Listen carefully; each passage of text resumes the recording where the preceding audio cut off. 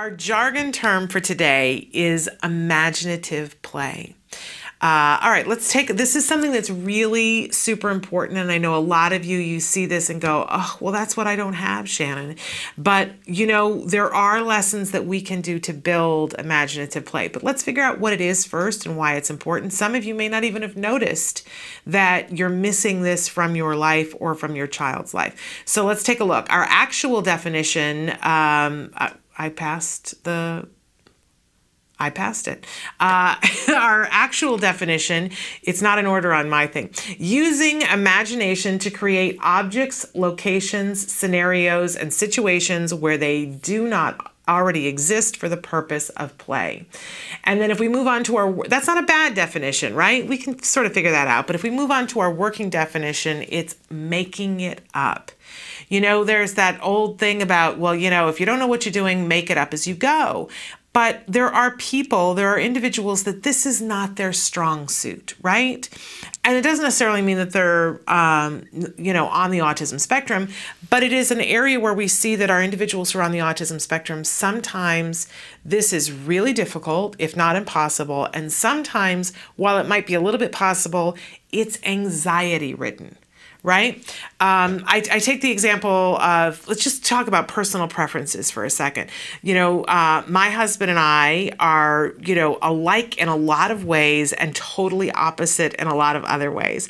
And I'm somebody who, back in the day when I did stand-up and I was an actress, I loved to do improv. I thought that improv I loved to be in a play that had a script as well, but I thought improv was great, and I took a lot of improvisation classes, taught a lot of improvisation classes, loved that. I thought that was great fun. You don't know what's going to happen, and you go with it, right?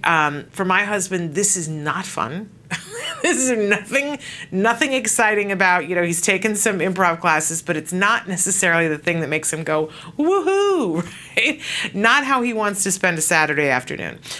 So just know that, different people, different things, right? But we do want to build the idea in our kids that using your imagination and letting it be something different and making it up is fun. So how do you do that in somebody who doesn't know how to do that and doesn't find it fun? Well, if you watch the show, you know that some of the things, and we went back to basics last week, right?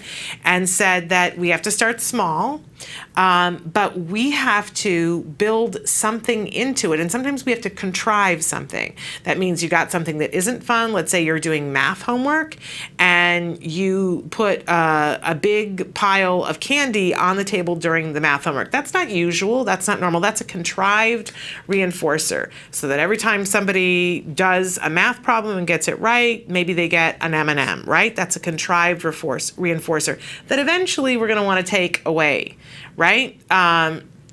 And have praise there, and then eventually hope that they just find it exciting on their own. And science has shown us that if we continue to put something that's pleasant with it over and over and over again, suddenly it becomes pleasant. I have shared before on the show that I have a dog that doesn't like the vacuum cleaner. And I have been experimenting with this with my dog, who every time the vacuum cleaner runs, it gets hysterical and barks and tries to fight with it, and it's been miserable. And so I started having my husband vacuum, and I would feed her cashews, which she loves, and praise her and pet her while the vacuum cleaner is running. And on yesterday, I was vacuuming, and here comes my dog, and with the tail wagging as I'm running the vacuum cleaner, and sits down next to me. And I said, good doggy. There's no more hysteria. She thinks now the vacuum cleaner goes on and she gets a treat. I did go get her a treat. Eventually, we're weaning that off, thinning that reinforcement, as we've heard last week from Dr. Nadowski. But my point is that, this was something that was hysteria-making and anxiety-ridden, and we've been working on this a really long time. And now my dog, when the vacuum cleaner goes off, she thinks this is, good stuff happens to her time. This is not a bad thing. It makes my life much better. We can do that if we find it important enough with something like imaginative play. We're going to start really small. We're going to pair it with other things. And when the child goes through that moment of, I don't know what's happening, and something just gets made up, we make sure that we praise and that we pack on the reinforcement. And we see that over time, the child then will want to spend more time doing that. Now, why? Why would we prioritize that? Why would we make that something that we would spend the time to work on? If you stop and think about it, play, and we're going to talk a lot about play this week and today, play is a safe place for our kids to try new things out. And if you got a child to enjoy imaginative play and making it up and going through that moment of, I don't know what's going to happen, but I'm just going to go with it kind of thing, that helps with flexibility. It helps with critical thinking. It helps for anxiety, right? All of these different things that we want for our children when they get older.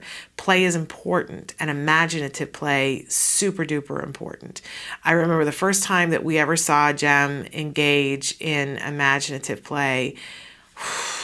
It was great, exciting moments. And we're going to talk some more today about other kinds of play like sociodramatic play and symbolic play. We've talked before about functional pretend play. We'll talk about all of that in a little while. But play and imaginative play, a really great thing to make reinforcing for our kids.